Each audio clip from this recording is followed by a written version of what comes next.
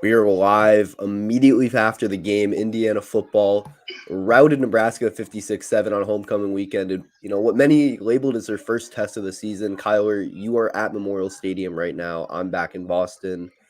So I was watching the broadcast. You obviously saw in person firsthand. Sold out Memorial Stadium, and the Hoosiers responded. Kyler, what was that atmosphere like? It's definitely an atmosphere that you probably haven't seen ever, especially in our lifetimes. I'm 27 years old and I've never seen anything really like that. Most of the time, when you have a quote unquote sold out stadium, it's a lot of like the opposing teams that'll travel or whatnot. But no, this was all Indiana. Yeah, Nebraska obviously brought some fans as well, but no, this was mostly all Indiana. And honestly, they just fed off of that energy. Um, like you said, it was a routing, it was a massacre, basically. I mean, from start to finish. They obviously scored the first touchdown, first two touchdowns. Nebraska. They answered, I think, late in the second quarter. I want to say somewhere around there, and then Mhm. after that, I mean, it was game over, 56-7. Couple of takeaways, obviously, with the game. Obviously, one of the more concerning ones is the status of Curtis Rourke, who Yeah. did not play the whole second half. Um, it looks like to me it could be a hand thumb thing, so Mhm. nothing confirmed now. But the good thing is that Taven came in, low pressure situation. They were already at multiple touchdowns. And he looked pretty good. He looked confident, so that's a good thing to build off of if Rourke's injury is going to be a little bit more um, longer, long term. So other than that, I mean, every single person on the field, especially on the offensive end, the running back group of Tyson Lawton, Justice Ellison, those guys were studs. The wide receivers made great catches. I mean, Elijah Surratt, there's so much you can just say about that guy. Mhm. Just an absolute stud of a wide receiver. But, I mean, this was just a beatdown from start to finish. And this Indiana team is they're so legit. Yeah, I mean, you kind of talked about it like jokingly, like could this be a playoff team? But every time, they get quote unquote tested, they respond. I mean, they show up. I mean, every single game, this is not to talk about betting, but they've covered every single spread. That's a testament to them putting teams away and putting games away early to where they, like today, they were able to get like starters out of the game and get guys, at the end of the bench, reps on the field. Obviously, you mentioned Curtis Rourke. That is a huge concern on the broadcast. Couldn't really look like hand, thumb. You said throwing hand. They said it looked like could be like the nail because it was bleeding at times, and that was like an issue for Rourke, especially in the first half.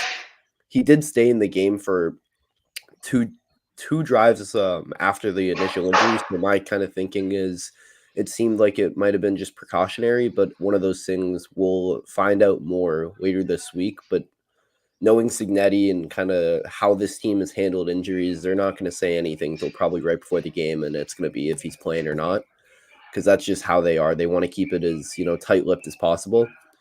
But you mentioned Elijah Surratt, only 3 catches. I don't know if that's a season low, but 3 big catches, 2 really difficult back shoulder catches for 20 plus yards, and then that touchdown from Taven Jackson. What a ball from Jackson, back of the end zone, back corner, only where Surratt can get it, and what a catch getting his feet down over the shoulder with a defender all over him. Yeah, I mean, and you also, that touchdown pass, Taven Jackson was also getting tackled during that. So Mm-hmm.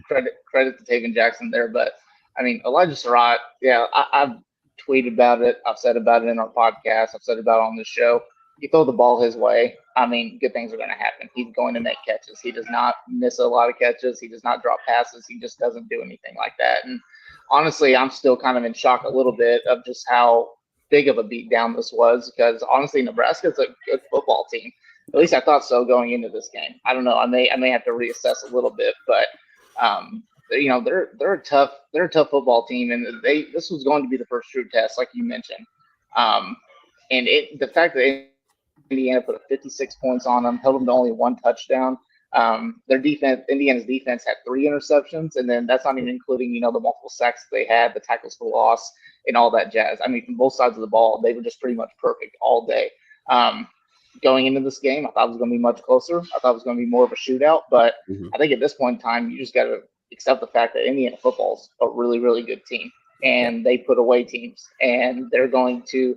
Another thing, when you talk about the touchdown that Nebraska had, you just almost had the full confidence that Indiana was going to score that next drive because that's what they do. They get punched, they respond, and then it's just a repeat every single time. I mean, they really put your foot on their throats, and um, all those skill players. We talked about Surratt. I want to give a big shout out for the running backs as well. Yeah. Justice Ellison, Tyson Lawton, offensive line did a really good job of creating those holes, and those guys just took off. So at all phases of the game, it was just perfect by the Hoosiers. Yeah, Nebraska, came into the game not having a lot of rushing touchdown on the year, came into the game allowing just under 3 yards of carry, had done a really great job against the run, and Indiana torched them, 215 total yards on the ground, including averaging over 6.5 yards of carry. Justice Ellison, you mentioned, averaged 11.5 carry. Tyson Lawton averaged 8 a carry. Just really, really good attack. Just balanced attack, too. That's the thing. We've talked about this tandem a lot, Tyson Lawton, Justice Ellison. They are very similar. You look at the running back room, size, strength, like they have very similar skill sets, but they're both so effective no matter who's on the field or who's not. It doesn't seem to matter. No matter what, Indiana football is going to be able to run the football behind that offensive line. And then the defense. Dylan Raiola came into the game with 3 interceptions through 6 games. He had 3 today. 5 total turnovers, including the strip from Jalen Walker, who I want to touch on a little bit. Jalen Walker was unbelievable today. He was all over the field on the first drive of the game. I think it was 3rd and 7. He didn't get the sack, but he did got a hit on Raiola as he was throwing to force an incompletion. And then on 4th and 1 in the inside the red zone, huge critical play early in the football game, was able to strip the running back and help get a stop. So Jalen Walker was really, really good today. Yeah, we talked about the offense was great and everything. They put up all the points, but you got to give a lot of credit to the defense as well. Like I mentioned, they did a good job of pressuring the quarterback. I thought there was a lot of times where Raiola just looked lost out there. He was scrambling a lot, and they were causing disruptions up in the front line. And then I think the secondary, who kind of gets overlooked or anything, that they had shut down the wide receivers. They shut down all those big plays. And then you talk about Jalen Walker. Just phenomenal. He was actually, I think he was questionable coming into this game as well. Fought a little bit of an injury from the Northwestern game. So the fact that he came in and he was probably the best defender out there today was just great. And then Aiden Fisher, who we just know is a consistent stud, was out there and being the quarterback of that unit and just making a bunch of plays all over the field as well. So I don't know how many total yards that they kept Nebraska to. I don't have the stats in front of me, but the fact that this Indiana defense, they really stepped up and allowed the offense to just have easy drives. That's just huge. And if you have both sides of the ball for Indiana, at a consistent level, and they're both just playing at a high level, this team is very, very tough to stop. Yeah, the offense itself, 6 straight games now, 40-plus points. You mentioned the defense. They allowed, I think, 304 total yards today. But the run defense was very, very good. Just 70 rushing yards allowed. Nebraska averaged 2.4 yards per carry. Really couldn't get anything going there to help Raiola, because that's kind of been their thing this year. They've used the run like Indiana to open up things in the past, and they weren't able to get anything going. And that was, a big battle coming into the game. Who is going to win the battle of the trenches? And on both sides, Indiana football did it. On one side, on the offense, just gaping holes. From the get-go, Justice Ellison had a big 43-yard run on the first drive of the game on a massive hole and a huge block from Bray Lynch, who was very good today. And then on the other end, you had Mikael Kamara, James Carpenter plugging up holes, and then Jalen Walker and Aiden Fisher all over the field. Also, a huge shout out to the secondary, too, because they played a very good game today. They'd been a unit that kind of had been talked about, like, that's like the weakness of this team. And I think they might have heard that noise because they showed up and balled out. Yeah, for sure. The defense was just stingy, and they didn't want to allow any big players or whatever. You mentioned that, the defensive line plugging up those holes. I thought that was honestly one of the better things out of this game, was just because, you look at Nebraska, who was pretty heavy when it comes to running the ball up the middle and making plays. That way, they shut all that down. There was no big gains, hardly at all, except for a few different action plays that they would run. But for the most part, it was just at all phases, and I've said it multiple times, at all phases, it was just perfection. honestly. Mhm. And there was nothing really wrong. There's no weaknesses that you could have pointed out for this team today. Obviously it's a 56-7 win, everything, and everyone's going to celebrate that. You still think in the back of your head, it's like, okay, I hope Rourke's injury Yep. is not too serious. So, and just maintaining that. But honestly, Drew, I don't know what you think about this, but I think going into the next AP top 25 rankings, I think Indiana, off of this performance, is probably going to be in the top 10.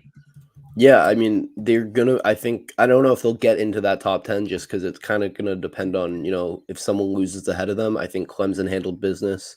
Tennessee or Bama, the loser of that game, there's a very good chance Indiana will jump them. So for sure they should be in the top, 12, 13.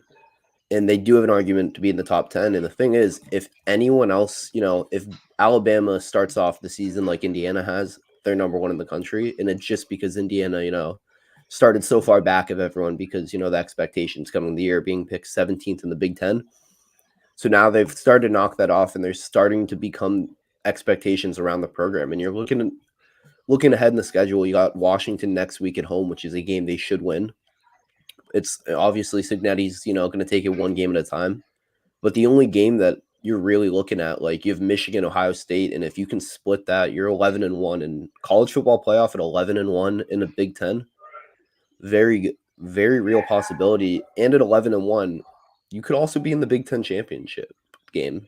The only other, I think, no loss team in the Big Ten, if I'm not mistaken, is Oregon. I'm gonna pull that up just so I can be sure.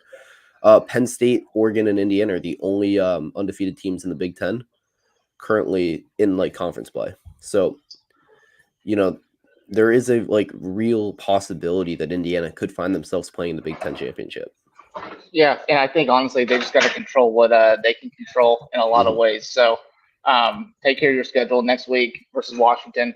I will be shocked if Indiana doesn't blow them out. I don't think Washington's a very good team this year, and they've had their struggles, especially when he goes on the road. But honestly, the next two games you should beat, you should win. Michigan State still a little iffy to me. I don't know what it is about that game, but it being on the road. So, um, you know, take care of business and then set yourself up nicely to play Michigan coming into town.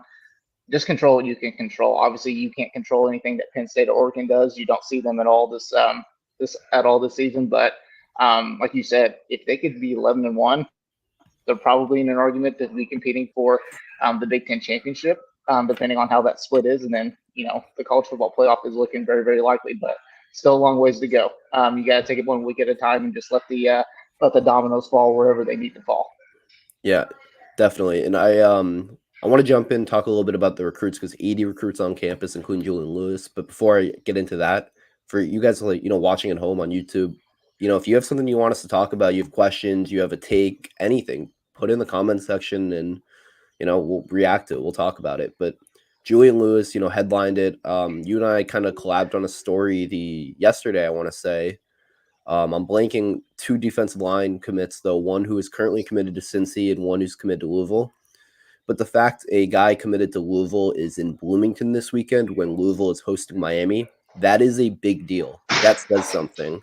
That says they chose to go here and look at a different school rather than go see the school they are currently committed to in their biggest game of the year. So that is a statement for Indiana and Kurt Cignetti in this recruiting class. Saw this environment. Hoosier Hysteria last night. You were there.